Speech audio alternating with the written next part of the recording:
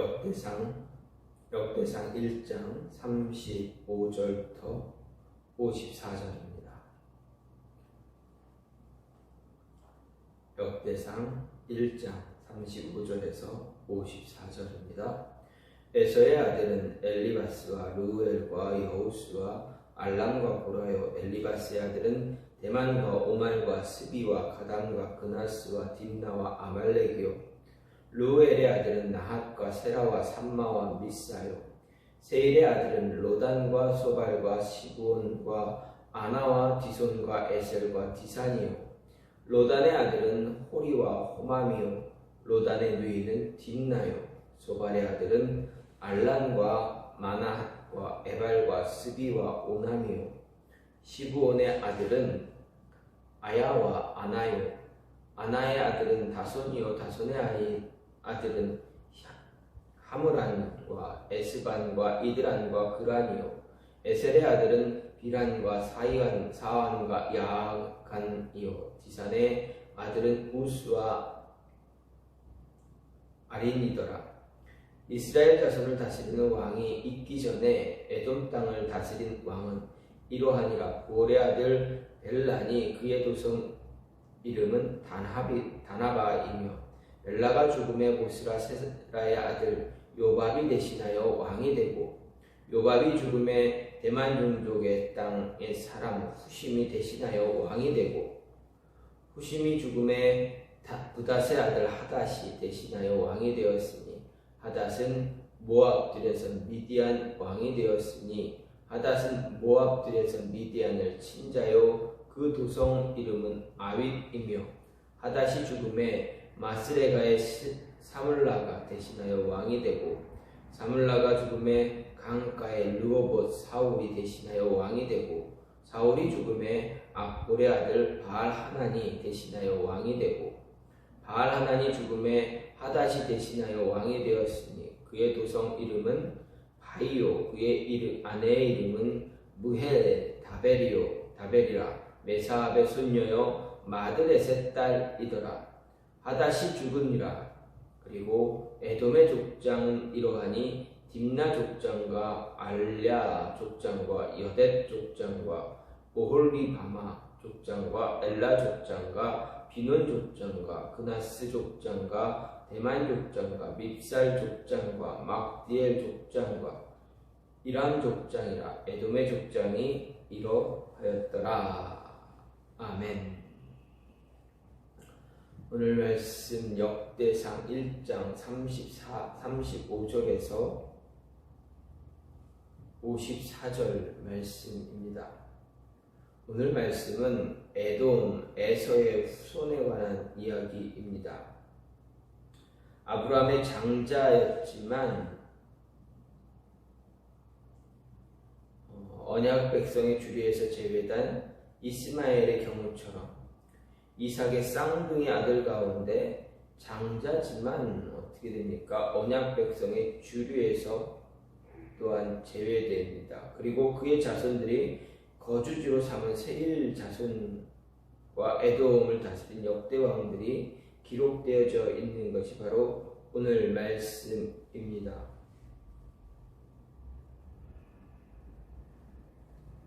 이런 말씀은 창세기 36장을 근거로 하고 있습니다. 이렇게 에서의 자손을 보면서 생각되어지는 것이 에서의 자손, 이스마엘의 자손뿐만 아니라 에서의 자손 역시도 장자였지만 그 장자의 특권을 누리지 못했던 안타까운 그런 모습이 나타납니다. 이 에서의 자손을 보게 되면 장자였지만 장자의 특권을 못 누린 그런 어떤 불평등, 불공평한 그러한 삶 속에서도 과연 불평등하지만 공평하지는 않지만 그래도 하나님 편 안에, 하나님 품 안에 믿음의 교제를 계속 이루어갔다면 어땠을까라는 생각입니다. 즉 에서의 후손이 떠나지 말고 세일로 떠나지 않고 계속 이스라엘의 후손, 야곱의 후손들과 하나님 품 안에서 계속 같이 지냈었다면 어땠을까라는 생각입니다. 에서의 후손들은 어떻게 됩니까? 나중에 야곱이 하란 땅에서 돌아온 이후, 아니 그 이전부터 이제 하나님 품 안과 조금 멀어져 있었던 모습입니다.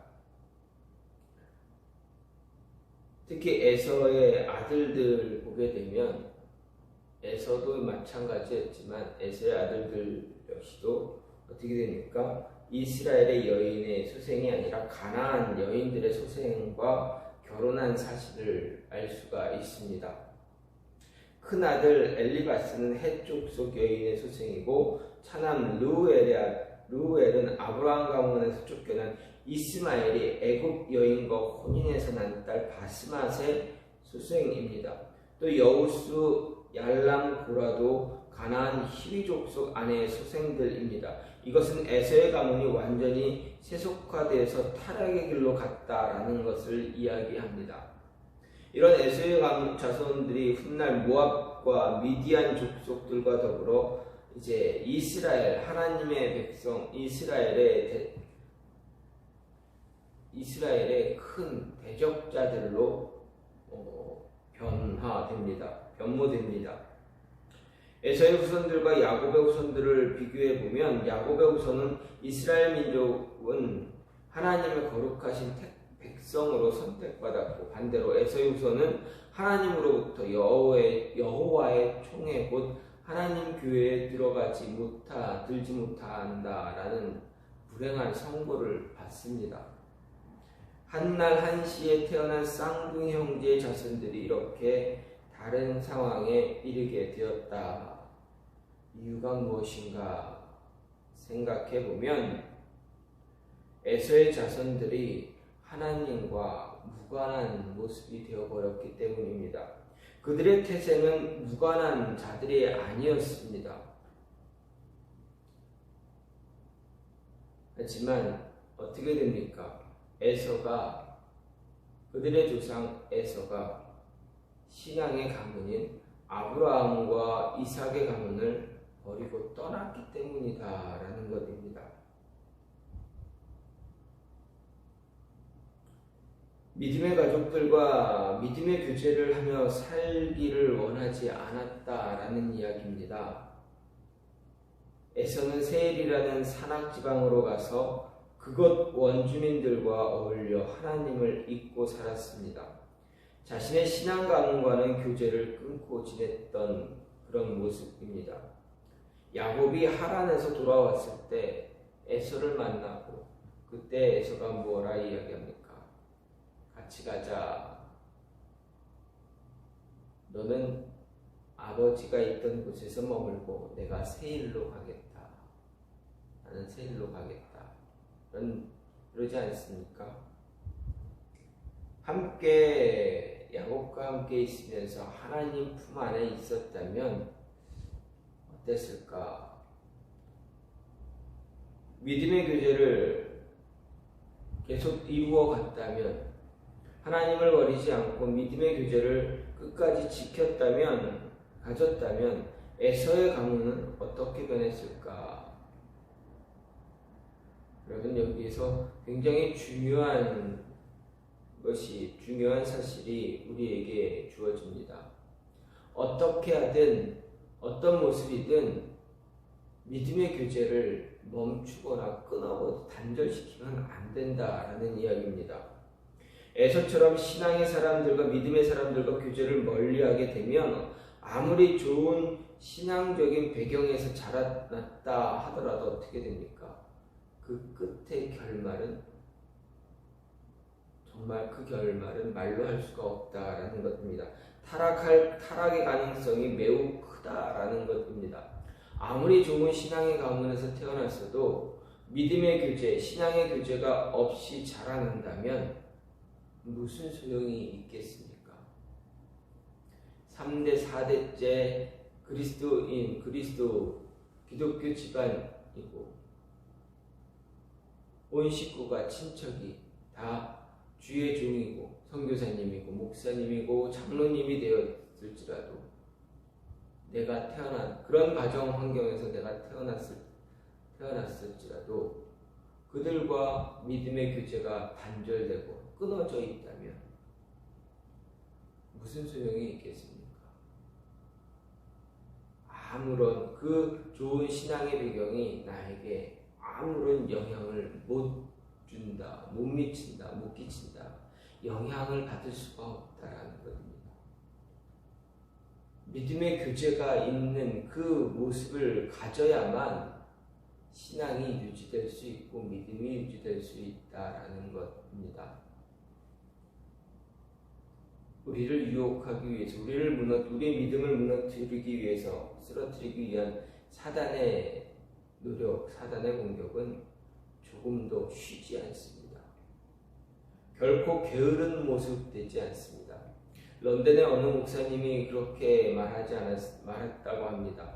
영국 런던에서 가장 바쁘고 부지런한 자가 누구냐? 바로 사단이다. 조금도 게으르지 않은 사람, 게으르지 않은 자가 바로 사단이다. 그리스도인들을 어떻게 하면 쓰러뜨릴까 고민하고 기회를 찾고 기회를 만들고 유혹의 거리를 만들고 유혹하고 거기에 온갖 집중하고 있기 때문에 시시때때로 변화되는 그 상황 속에서 사람을, 그 영혼을 유혹해서 무릎 꿇게 하기 위해서 노력하는 자가 사단이다. 그렇기 때문에 가장 부지런하고 게으르지 않고 부지런한 자가 사단이다 라고 이야기했던 그런 모습도 있습니다. 믿음의 교제가 멀어지게 되면, 믿음의 교제가 단절되면 바로 이렇게 부지런하고